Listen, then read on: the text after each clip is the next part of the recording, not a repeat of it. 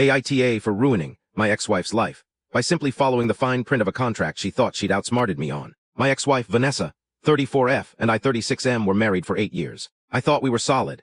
I was a senior partner at a boutique architectural firm I co-founded with my best friend of 15 years. Dave. We were successful, and I spent 2 years designing our forever home, a custom, ultra-modern lakeside house. It was my masterpiece. 2 years ago, I came home early from a site visit and found Vanessa and Dave in that very house. It wasn't just a fling. They'd been having an affair for over a year. Vanessa didn't even look guilty. She told me she was bored with our life, and that Dave truly appreciated her. During the divorce, Vanessa was ruthless. She knew the lake house was my pride and joy, so she fought for it out of pure spite. Because Dave was my business partner, they worked together to squeeze me out. Dave offered to buy out my shares in the firm, but for a significantly lower price than they were worth. Vanessa's lawyer made me an offer. Give Vanessa the lake house entirely, and Dave will pay you the full market value for your shares. Against my lawyer's advice, I agreed. But I had one condition.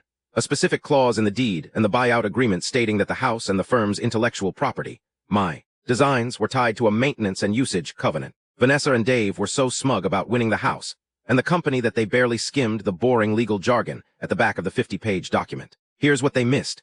The lake house was built on a very specific plot of land that I had originally bought through a holding company. When I gave her the house, I gave her the structure, but the land it sat on was subject to a 99-year land lease. The lease agreement, which was referenced in the divorce decree, stated that the lease was only valid as long as the occupant was a member of my immediate family. Since Vanessa was no longer my wife, the lease triggered a market rate adjustment. Essentially, her free house now required a monthly land lease payment of $12,000. Additionally, Dave's buyout included a non-compete that he broke almost immediately by trying to use my proprietary blueprints for a new development. I had a reversion clause. If the firm used my designs without me, the buyout price tripled, or the firm's assets, including the cash Dave used to pay Vanessa's bills, would be frozen in escrow. 3 months ago, the first $12,000 bill hit Vanessa's mailbox. She called me screaming, saying I tricked her. I told her I didn't trick you. I gave you exactly what you asked for. You just didn't value the foundation. At the same time, my lawyers froze Dave's corporate accounts for the IP theft. Dave couldn't pay the firm's employees, let alone Vanessa's luxury land lease.